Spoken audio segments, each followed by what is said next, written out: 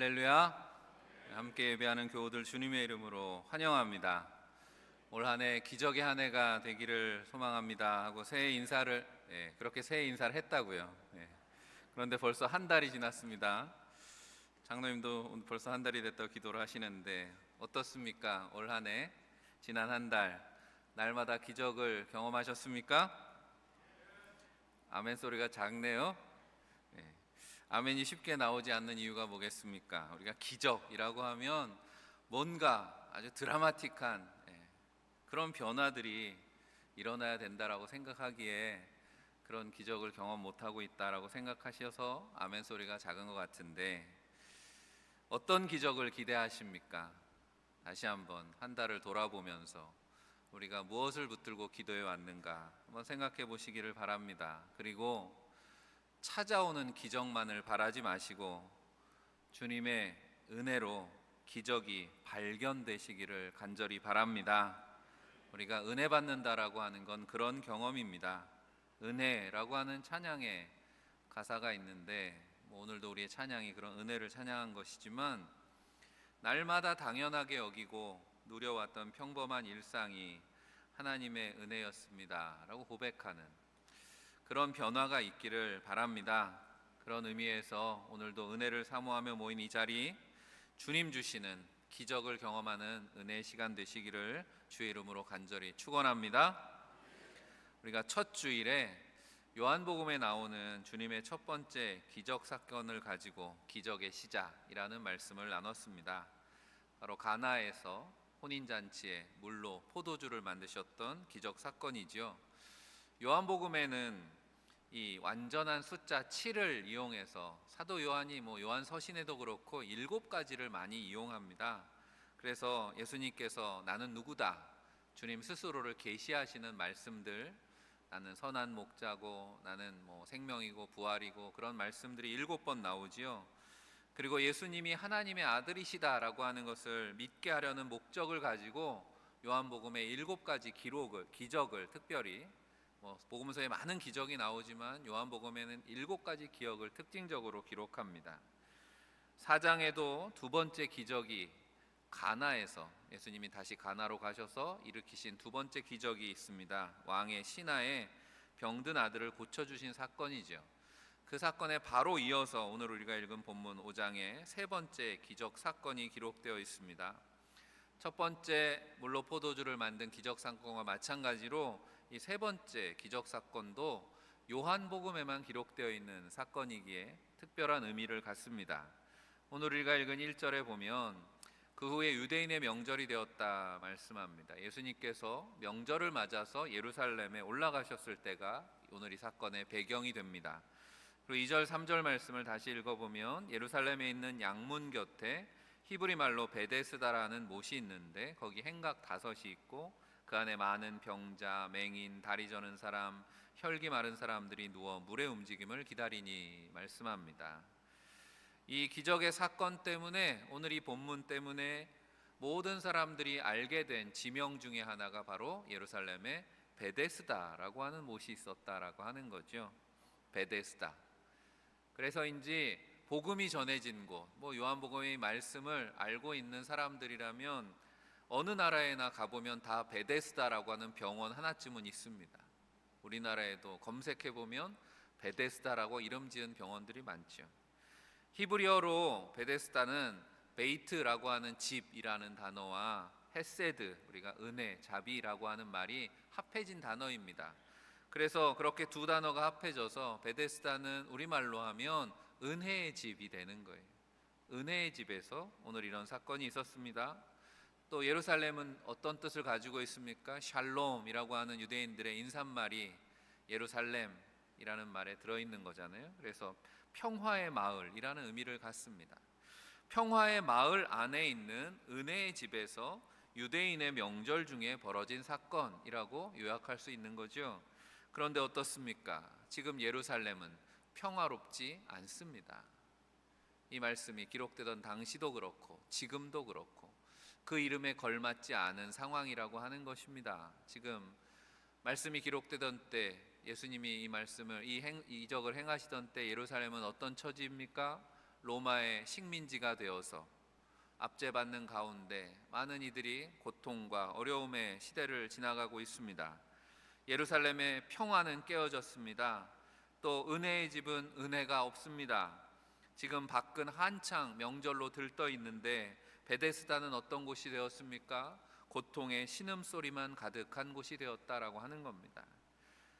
한마디로 말하면 예루살렘이고 베데스다인데, 그렇다면은 평화의 마을이 되고 은혜의 집이 되는 것이 정상인데 비정상적인 상황이라고 하는 것입니다.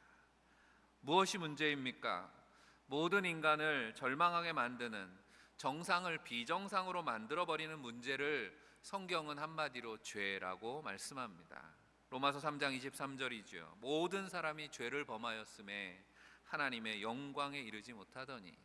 하나님께서 이 땅을 창조하실 때 하나님의 영광이 나타났는데 그 영광은 온데간데 없고 죄로 인해서 비정상이 되어버린 세상, 그 세상이 다시 정상으로 돌아오는 것이 어쩌면 기적이 아닐까라고 하는 겁니다. 예루살렘은 평화의 마을이 되고 베데스다는 은혜의 집이 되는 것, 그래서 세상이 함께 기뻐하고 즐거워하는 가운데 참여할 수 있는 그것이 기적이라고 하는 것입니다. 오늘 말씀 제목처럼 바로 우리 가운데 은혜가 회복되는 것이 기적인 줄 믿습니다. 그런데 죄악의 인생 가운데 스스로 이 문제가 해결될 수 없다라고 하는 게 문제입니다. 은혜가 되지 못하는 그런 상황 속에 살아가는 거지요. 그 불가능을 가능케 하시기 위해서 찾아오신 분이 바로 예수 그리스도이십니다. 예수 그리스도를 통해서 하나님은 우리에게 잃어버린 구원의 은혜를 회복해 주시는 줄 믿습니다. 이게 바로 복음이라고 하는 거죠. 복음이 기적인 것은 그래서 죄로 인해서 비정상적인 세상을 정상으로 돌리는 일이기 때문에 그렇습니다. 우리가 하나님의 은혜에 대해서 성경이 표현할 때 하나님의 은혜는 햇빛과 같다 말씀합니다. 햇빛은 모든 사람들에게 비치는 거죠. 또 하나님의 은혜를 비와 같다, 이른 비 늦은 비 이렇게 표현하죠. 온 세상을 적시는 비와 같다 말씀합니다. 누구나 누리고 경험해야 될 햇빛과 같고 비와 같은 것이 하나님의 은혜일진데, 죄로 인해서 그 은혜를 누리지 못하는 세상, 그 은혜를 회복하기 위해서 주님이 찾아오신 줄 믿습니다. 오늘 말씀 속에 우리는 먼저 그 은혜를 잃어버린 인생을 발견하게 됩니다. 본문에서 사건의 배경이 되는 베데스다 목가에는 많은 환자들이 있었다라고 말씀합니다. 문제는 그렇게 환자들이 많이 있었지만 고쳐줄 사람은 없었다라고 하는 거죠. 앞서 말한 대로 베데스다 은혜의 집인데 은혜가 없습니다. 그 절망으로 가득한 현실을 대표하는 인물이 바로 주님이 만난 38에 앓고 있는 병자였습니다.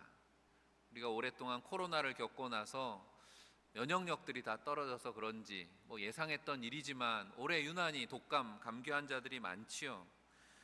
지금도 마스크를 쓰고 계신 분들이 있는데 독한 감기를 한 사나흘 앓는 것도 얼마나 힘듭니까?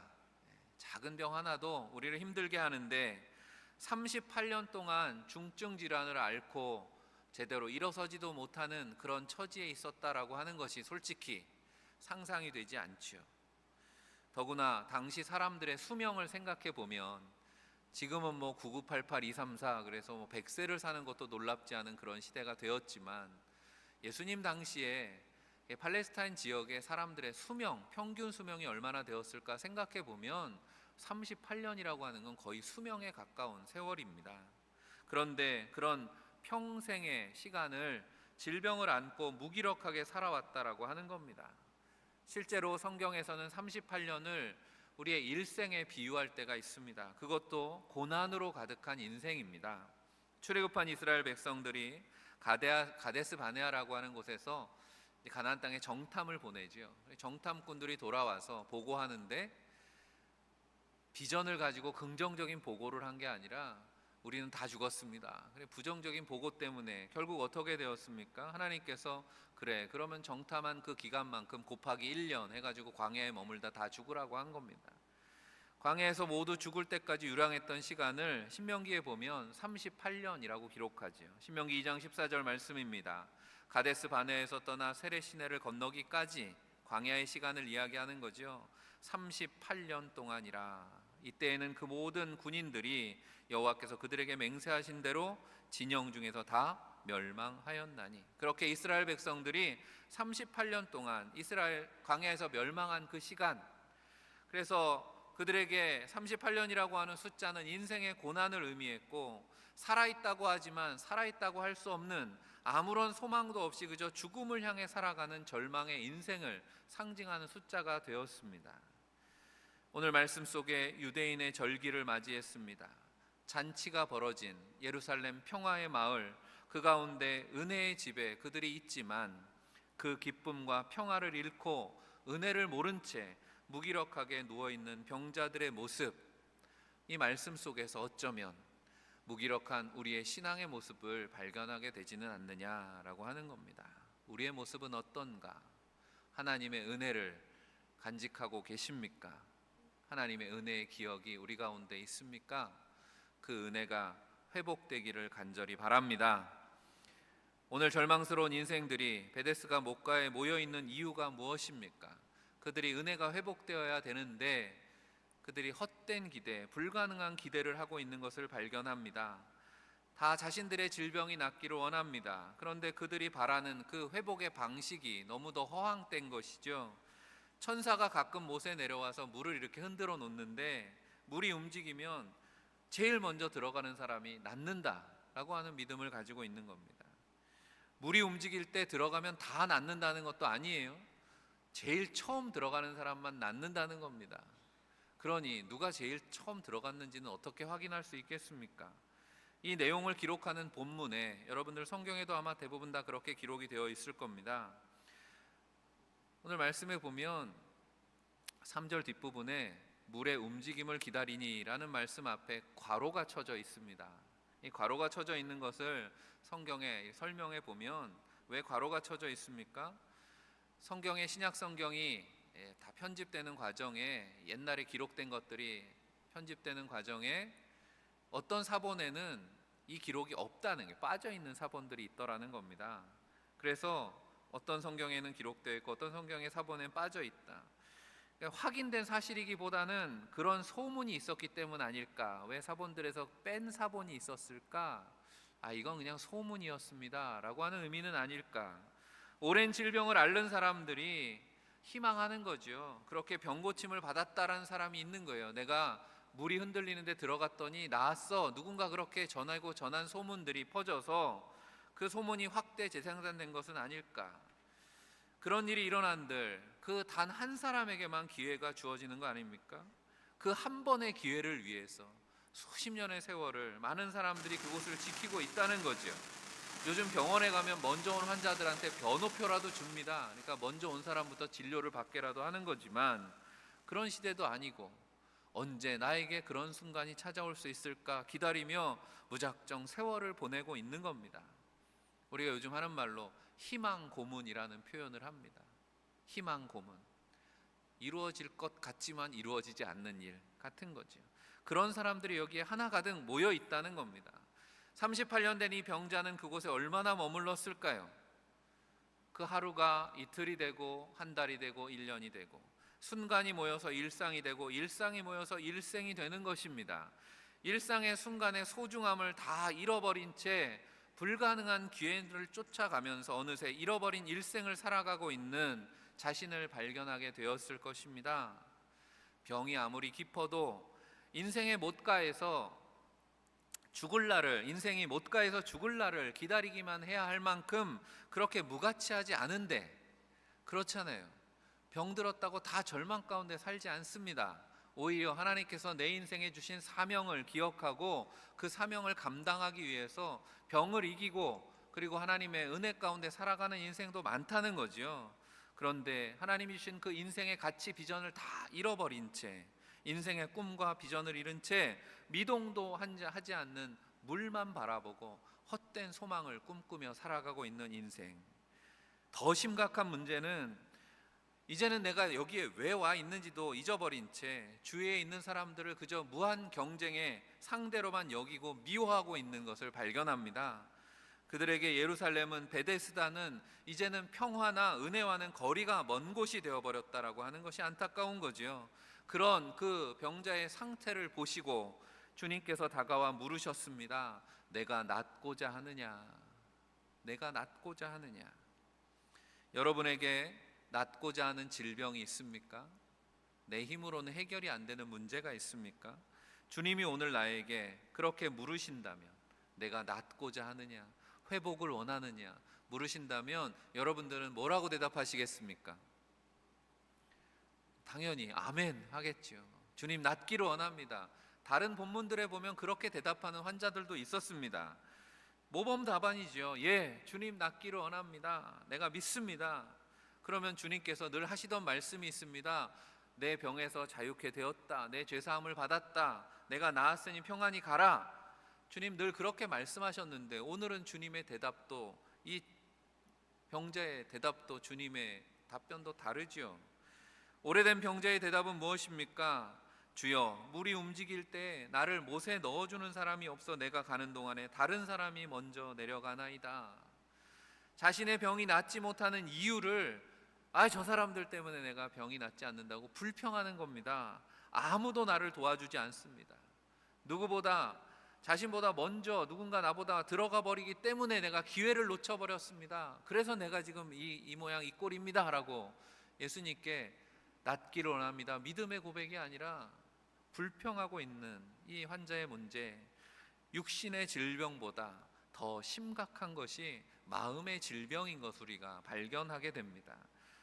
그렇게 된 데는 이 병자의 주변에 다 병든 사람뿐이었다라고 하는 겁니다. 상처받은 인생밖에 없습니다. 어찌 보면 서로 같은 처지니 동병상련, 서로의 아픔을 위로하고 격려할 수도 있으련만, 물이 움직이면 다음엔 당신이 먼저 들어가세요. 당신이 더 힘든 것 같으니 화이팅! 이렇게 하는 게 아니고 은혜가 사라진 곳입니다. 부정적인 생각과 원망과 불평만 남아있다라고 하는 거죠. 그런 생각들이 그 베데스다를 지배하고 있었다라고 하는 것입니다. 내가 오랫동안 병이 낫지 못한 이유가 바로 그들 때문이라고. 그런 마음에는 주위의 모든 사람들에게 책임을 전가하고 그들을 적대시하는 그런 마음밖에 남지 않았다는 것을 보여줍니다. 이렇게 모두가 죽음에 이르는 병, 절망과 죄악 가운데 살아가는 우리 인생의 모습이 오늘 본문의 말씀 가운데 있습니다. 그리고 또 우리의 인생이 죄악 가운데 살아가는 인생이 어떻습니까? 내 생각과 계획대로 되지 않는다는 거죠. 그러다 보니 불평이 늘고 원망이 늘고 부정적인 생각에 지배를 받는 거 아니겠습니까? 목회를 시작할 때 얼마 전에 이제 하나님 나라 가신 장모님이 아내에게 이런 말을 해주셨다는 거죠. 사모가 주일을 잘 준비해야 된다. 주일이 되면 뭐 별별 일이 다 일어나기 때문에 미리미리 기도하면서 주일을 잘 준비해라, 뭐 이런 얘기를 하시면서 당신이 겪으셨던 이야기를 해주시는 거예요. 오랫동안 교회학교 교사를 하셨습니다. 교회학교 교사들 예배에 참석하려면 일찍 와야 되잖아요. 우리 찬양대도 마찬가지고, 교회에서 봉사하고 헌신하는 분들 주일이 되면은 분주합니다. 그래서 주일 전에 토요일이 되면 이제 내일 어떻게 해야 될지 계획을 다 세우는 거죠. 아침에 일찍 일어나서 머리부터 감고 아침상 차려놓고 이렇게 저렇게 하고 내가 가면 되겠지라고 계획을 다 세워놨는데 주일 아침이 되면 시간이 내 계획대로 안 되는 거예요. 가족들이 늑장을 부립니다. 그래서 이제 서둘러 가지고 준비를 하고 교회를 나오려고 신발을 딱 신는데 그만 아이가 똥을 싸는 거예요. 그런 적 있으시죠? 그 아이가 제 아내일 거라고 생각하시면 안 됩니다. 제 아내 남동생도 있거든요. 처남도 있고. 또 이 이야기가 장모님 본인의 이야기가 아니라 늘 교회 학교에 그렇게 늦는 교사가 있더라는 거예요. 그래서 선생이 이렇게 늦나 그래가지고 장모님도 좀 완벽주의자시라 늦게 오는 그 교사를 늘 불만스럽게 생각하고 있었는데 나중에 형편을 들어보니 그렇더라는 거예요. 아이가 있는데 출발하려고 하는데 아이가 그 짓을 하고 있으니 늦어질 수밖에 없는 거죠. 우리가 교회는 은혜로운 곳이잖아요. 주변에 어려운 이들, 우리가 생각하지 못하는 그런 상황들이 있을 때 그걸 배려하고 이해해주는 마음이 있으면 은혜가 회복될 줄로 믿습니다. 그래서 회개를 하셨대요. 그 교사를 처음엔 탓하시다가 나중에 회개하기도 하고. 우리가 하나님의 도우심이 없으면 우리 인생이 또 우리의 사명이 감당하기 어렵습니다. 매주 일찍 나와서 봉사하는 분들 하나님의 축복이 함께 하시기를 바랍니다. 아이와 함께 예배하는 일도 힘듭니다. 우리 유아실에서 아이들과 함께 예배하는 부모님들에게도 예배에 집중하기 어렵거든요. 하지만 은혜를 사모하는 곳에 하나님께서 회복의 역사를 이루어 주실 줄로 믿습니다. 내 힘만으로 감당할 수 없는 것이 인생이고, 문제에 매여서 순간의 가치를 잃어버린 채 이 38년 된 병자와 같이 일생을 잃어버리고 살아가고 있지는 않느냐라고 하는 겁니다. 그런 인생 가운데 주님이 찾아오셨을 때 은혜가 회복되고 기적이 일어나는 줄 믿습니다. 바로 마지막 우리가 생각해 볼 것은 예수 그리스도가 그래서 우리에게 은혜라고 하는 것입니다. 기적이 일어난 곳 베데스다에 대해서 오늘 말씀이 설명할 때 예루살렘 양문 곁에 있는 못이라고 했습니다. 양문이라고 하는, 예루살렘에 가면 성전에 많은 문이 있는데 희생 제물로 사용될 양들이 드나드는 문이 바로 양문입니다. 그 곁에 베데스다 연못이 있었다고 하는 것은 그 양들을 제물로 바치기 위해서 씻는 곳이었다는 거죠. 양들을 깨끗하게 씻어서 제물로 바치는 그런 용도로 사용되던 못이 원래 베데스다였다라고 하는 겁니다. 죄와 절망으로 은혜를 잃어버린 인생에 주님이 찾아오셨습니다.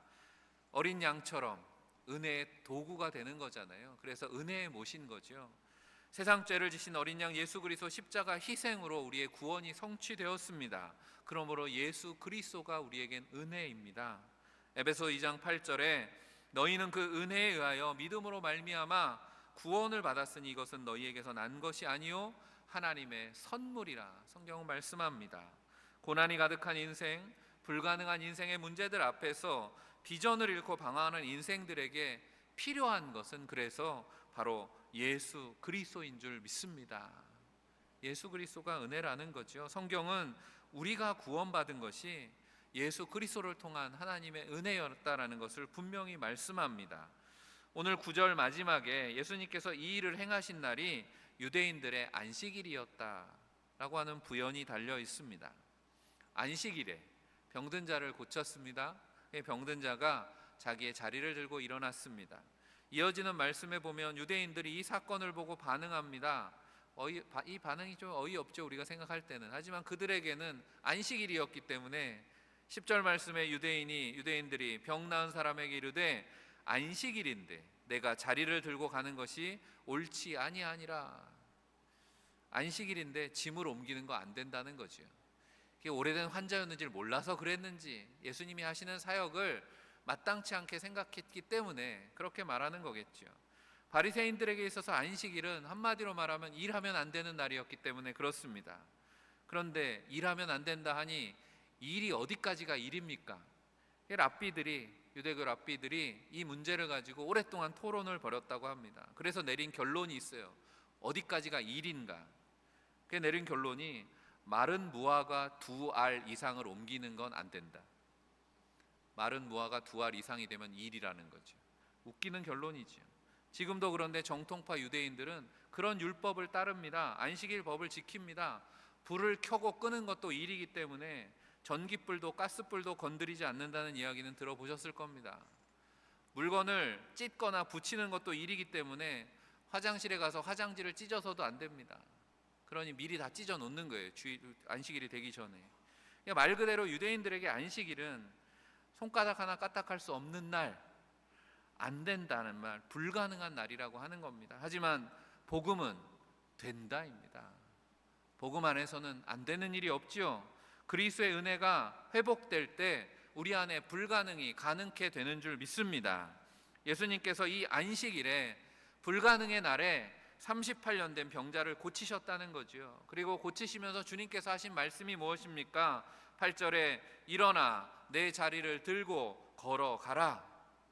주님이 하신 말씀은 다른 말씀이 아닙니다. 세 개의 동사가 사용되었습니다. 일어나라, 들고, 걸어가라입니다. 그리고 놀랍게도 주님이 이 말씀을 하시자 9절 말씀에 그 사람이 곧 나아서 자리를 들고 걸어가니라. 할렐루야.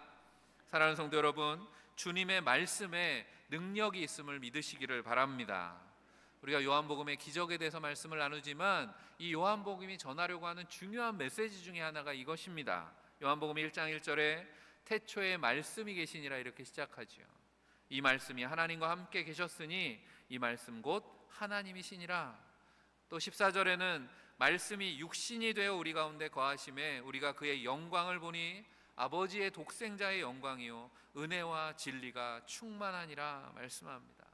말씀으로 세상을 창조하신 하나님이 육신을 입고 이 땅에 오신 분이시다. 그분이 바로 예수 그리스도시라고 말씀하고 있는 것입니다. 그래서 1장 16절에는 우리가 다 그의 충만한 데서 받으니 은혜 위에 은혜로라 말씀하고 있습니다. 주님의 말씀에 하나님의 창조의 능력이 있다라고 하는 말씀입니다. 말씀으로 세상을 창조하셨던 것처럼 주님의 말씀에 세상이 변화되고 움직인다라고 말씀하고 있는 겁니다. 사랑하는 성도 여러분, 우리 안에 말씀이 회복될 때 은혜가 회복될 줄로 믿습니다. 주님께서 말씀합니다. 일어나라. 38년 된 오랜 질병으로 누워있는 병자에게 하신 말씀이지만 오늘 믿음으로 우리 안에 은혜가 회복되기를 사모하며 말씀을 듣는 우리 모두에게 하시는 말씀인 줄 믿습니다. 일어나라. 주님의 음성 듣기를 원합니다. 내 질병이 낫기를 원하느냐? 인생의 문제가 회복되기를 원하느냐? 잃어버린 은혜가 회복되기를 원하느냐? 일어나라. 이 질병이 오래되었다라고 하는 것은 나는 할 수 없어 라고 하는 생각이 지배하고 있다라는 겁니다. 내 스스로는 할 수 없어. 누가 날 도와주지 않아서, 다른 사람이 먼저 나보다 앞서가서. 실패가 반복되었습니다. 그러다 보니 부정적인 사고가 고착되어 버렸습니다. 무너진 마음에 하나님의 은혜가 임할 자리가 없습니다. 내가 낫기를 원하느냐? 능력의 주님이 앞에서 물으셔도 제대로 대답도 못하는 상태가 되어 버렸습니다. 하지만 주님은 말씀합니다. 이미 내 안에 능력이 있다는 거지요. 일어설 능력이 있습니다. 주님께서 믿음의 자녀들에게 예수 이름의 능력과 권세를 주셨고 성령을 우리에게 허락하신 줄로 믿습니다. 우리가 기도할 수 있게 하셨고 무엇이든지 예수 이름으로 구하면 이루리라 약속해 주셨습니다. 할 수 있거든이 무슨 말이냐? 믿는 자에게는 능치 못함이 없느니라 약속하셨습니다. 그런 주님이 일어나라 말씀하십니다. 주님 주신 생명의 능력이 우리 안에 있는 줄로 믿습니다. 주님은 우리의 믿음이 회복되기를 원하십니다. 불가능하다고 포기하고 있는 것이 있습니까? 일어나라. 주님의 음성에 응답하는 저와 여러분들이 되시기를 바랍니다. 그래서 이 병자가 자리를 들고 일어났어요. 아이로라고 하는 헬라어입니다. 들고 일어나라라는 말씀이 들다라는 말이 치우라라는 그런 의미도 됩니다. 들고 치우는 거니까. 우리가 그런 말을 하지요. 서면 앉고 싶고, 앉으면 눕고 싶고, 누우면 자고 싶고. 그래서 잠깐 앉으려고 했는데 그만 그 자리에 누워서 잠들게 되는 것입니다. 그곳에 자리를 펴고 누울 생각으로 찾아오지 않았다는 거예요. 병 낫고 빨리 일어나서 가야지 생각하고 왔습니다. 그런데 언제부턴가 그 자리가 절망의 자리가 되었습니다. 그저 주저앉아서 눕고 날마다 잠자는 자리 되었다는 거죠. 나를 붙들고 있는 실패와 절망의 기억, 그 자리를 치울 생각을 해본 적이 없습니다. 그런 주님께서 말씀하십니다. 그 자리를 들고 일어나라. 주님은 내 절망을, 부정적인 생각들을 치우라고 말씀하십니다. 그리고 이제는 걸어가라 말씀하시죠. 페리파토라고 하는 헬라어입니다. 이 단어도 합성어예요. 밟고 건너간다 이런 뜻입니다. 사실 걷는다는 게 그런 거잖아요. 우리가 늘 일상적으로 걸으니까 걷는 걸 내가 유심히 연구해 본 적 없지만 여러분들이 뭐 로봇을 만드는 사람이라면 이 걷는 동작에 대해서 얼마나 연구를 하겠습니까? 헬라어 문자 그대로 걷는다는 건 일단 밟아야 돼요. 그리고 한 발짝 건너가야지 걷는 것입니다. 밟고 건너고 밟고 건너고, 이게 반복되는 것이 우리가 걷는다라고 하는 거죠. 걷는 행위 자체가 그렇습니다. 그런데 이 병든 자에게는 그 걷는 행위조차도 잊어버린 기억이 되어버린 겁니다. 주님께서 밟고 건너가라 말씀하십니다. 한 걸음 한 걸음 절망을 딛고 실패의 기억들을 딛고 부정적인 생각들을 극복해야 전진할 수가 있는 것입니다. 은혜가 회복이 되고 내 삶에 주어진 하나님이 맡겨주신 목적, 인생의 사명을 향해서 한 발짝 한 발짝 나아가라 말씀하시는 겁니다. 우리가 그 은혜가 회복되지 않는다면 38년이 아니라 83년을 산다고 한들 우리 인생에 주어진 사명을 스스로 감당할 능력이 우리에게는 없다라고 하는 거죠. 실패하고 절망하고 불가능해 보이는 현실 앞에서 우리는 자꾸만 환경을 탓하고 사람을 탓하면서 주저앉아 있는 일에 그저 익숙해져 있지는 않느냐라고 하는 겁니다. 그러다가 누가 이러면 잘 된다 저러면 잘 된다 하는 인생의 요행을 기대하면서 무기력한 세월을 보내고 있지는 않는가. 그런 우리의 삶 속에 은혜의 주님께서 찾아오신 줄 믿습니다. 주님께서 오늘도 우리에게 말씀하십니다. 우리를 변화시키시기 위해서 우리를 부르십니다. 내가 낫고자 하느냐, 부르시는 주님의 음성 듣는 귀한 시간 되시기를 바랍니다. 그리고 일어나 들고 걸어가라, 주님의 복음의 음성에 반응하는 저와 여러분들이 되시기를 바랍니다. 바로 그리스도 복음의 능력이 있습니다. 주님의 말씀에 능력이 있습니다. 그 말씀에 순종하는 자들에게 기적에 참여하는 은혜를 베풀어 주심을 믿습니다. 우리 안에 이 말씀이 회복되고 은혜가 회복되고 우리에게 주신 사명이 새로워지는 그런 기적이 있기를 주의 이름으로 간절히 축원합니다. 기도하겠습니다. 사랑의 하나님, 실패하고 절망하며 주저앉아 있는 인생 죄인들을 찾아오신 주님의 은혜와 사랑을 감사합니다. 내가 낫고자 하느냐, 오늘 주님의 사랑의 음성에 믿음으로 응답하는 교회와 성도들이 되게 하여 주옵소서. 다시 일어서게 하옵소서. 우리의 발목을 붙드는 지난 시간의 죄와 허물들, 낙심한 마음과 상처들을 버릴 수 있도록 주여 도우시고 역사하여 주옵소서. 우리가 맡기신 사명, 복음의 표대를 향해서 전진하는 은혜가 회복되어서 한 걸음 한 걸음 새롭게 믿음의 걸음마를 시작하는 이들에게 주님의 기적을 보게 하여 주옵소서. 은혜의 주가 되시는 우리 주 예수 그리스도의 이름으로 간절히 기도하옵나이다. 아멘.